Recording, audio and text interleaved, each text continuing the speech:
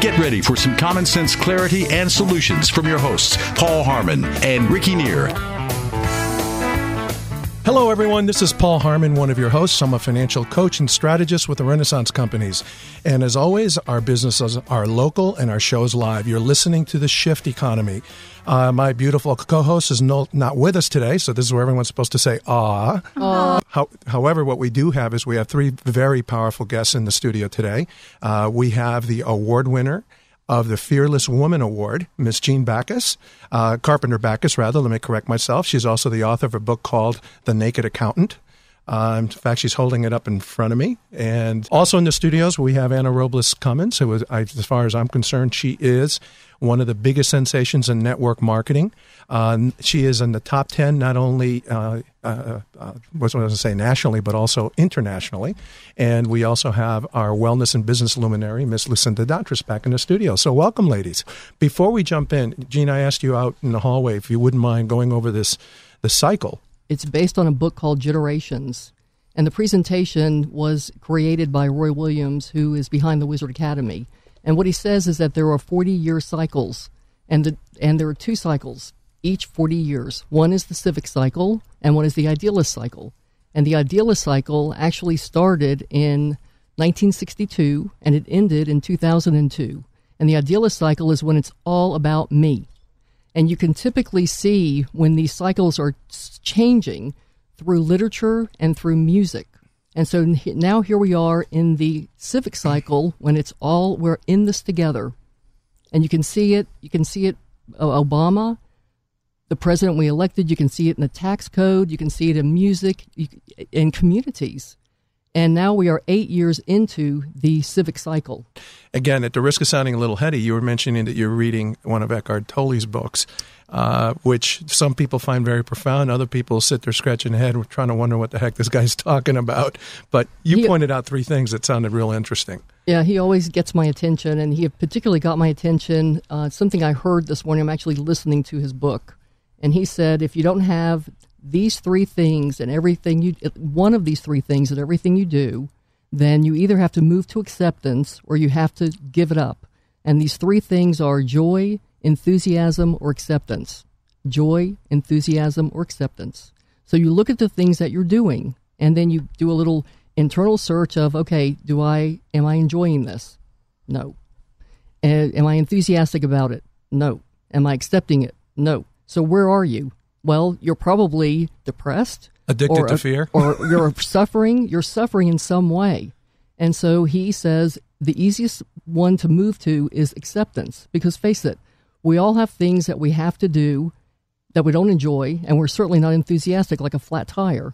But we can accept that this is what's in my life right now, and you can be present, focus on it, and do it. And you know what? Many times that turns into fun. Many times, that's what creates opportunities. Because in your mind, you're not trying to get to the end. You are present. And when you're present, that equals quality. And you care. Suffering is optional. That's right. Suffering is optional. I really like the sound of that. What we do is we just stop, think, and choose again. Stop, think, and choose again. And start getting into the habit of doing that.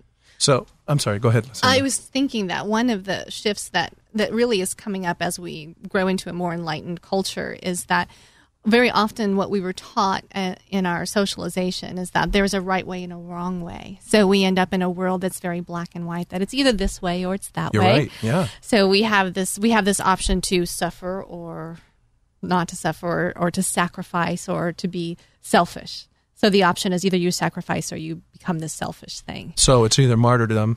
Yeah, exactly. And there really is another option. And that option is that we get to be really creative and sort of dig into our own authenticity and our own integrity and figure out how we can really do both. Like, how can we serve our families and serve ourselves and serve our communities at the same time? That it really isn't an either-or proposition, that there is a way to create this amazing life that is absolutely in integrity and incorporates all this wonderful stuff that, you know, if we stepped back 20 or 30 years, that it wouldn't have even been possible. It would have been outside the realm of possibility. If we're going to be living till 80, 90, 100 years old, we need a body to live in and take with us. Yeah, isn't that the truth? Isn't that the truth? Yeah. And so everything becomes really important. When I work with clients, I give them sort of 3 keys. It's a filter that I give them to work with. For every decision that they make, whether it is a decision about food or exercise or stress management or how they're going to manage their time, I want to know, is it one or more of these 3 things? Is it energizing? Does it give you energy right now that lasts for the next few hours or at least through the day? Is it vitalizing? Does it give you the stuff you need to live a long, healthy life? And is it pleasurable? So in my challenge to everyone is make sure that every decision that you make, or as many of those, have all 3. What if every decision we made gave us energy and vitality and pleasure? Is that possible? And the truth is that it is, but it's going to take some creativity and some rearranging of our lifestyles. And that can take some time, but it's worth it in the end. If it took 10 years from today and you were able to accomplish that, how would you live out the rest of your life? You know, if you have people that are bringing you down, you pretty much need to remove them from your life and go around people that are rebels, sort of like what we are. I'm sorry, Jean, you were going to say?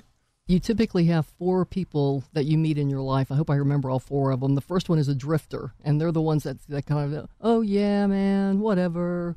And then you have the surfer. You have the person who's looking for the next big idea, the next big wave. And then you have the third person who is a professional drowner. And we all know these people because they call you this week, they're drowning, and you help them. And then next week they call and they're drowning again. Suck the life out of you. That's right. That's right. And then the fourth person is a navigator, and they're the ones that have a fixed point. It's like the North Star of their life, and they would die on the mountain for their North Star. And the reason why this is important, especially with the shift happening, is in financial preparation. People do not prepare financially. And if they were prepared, they would create a foundation, and it doesn't matter whether the economy goes up or down, they are prepared. And that kind of goes along with what you were saying earlier too, Lucinda. You know. All right, so listen, let's quickly dive in and just kind of wrap up what we were talking about with businesses. We were talking about network marketing. And Yes, and it really does make you face your fears, you know, of approaching people, and you do develop your sales skills. And if you're a people person and you love connecting, it's a lot of fun to go out and offer the business the opportunity and whatever product that you have to offer. But for me, it was that alignment with, I believed in the product, it was offered to me, and it worked.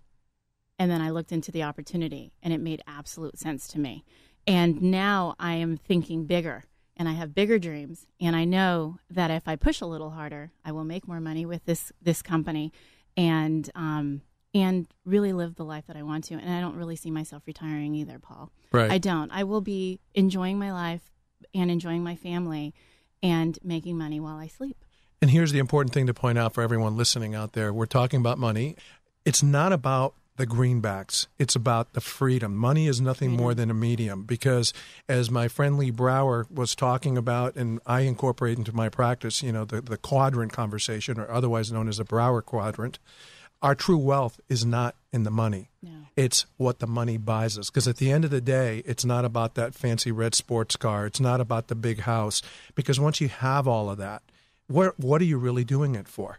You're doing it so that you can do what you want. It's for that freedom that we're talking about. Ladies, I want to thank you for the amount of time you spent with us today. That about wraps it up for today. This is your host, Paul Harmon, reminding you that in a rapidly changing world like we find ourselves in today, a great way to accelerate your growth is through regular access to like-minded people, like we talked about, and a sense of community. Yes.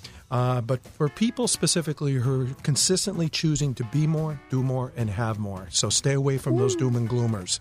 And after all, ladies, I'm going to ask you, isn't that what having a sensational life is really all about? Absolutely. There you go. Until next week, we'll see you here at The Shift Economy, and you can check us out at theshifteconomy.com. Thanks, Paul.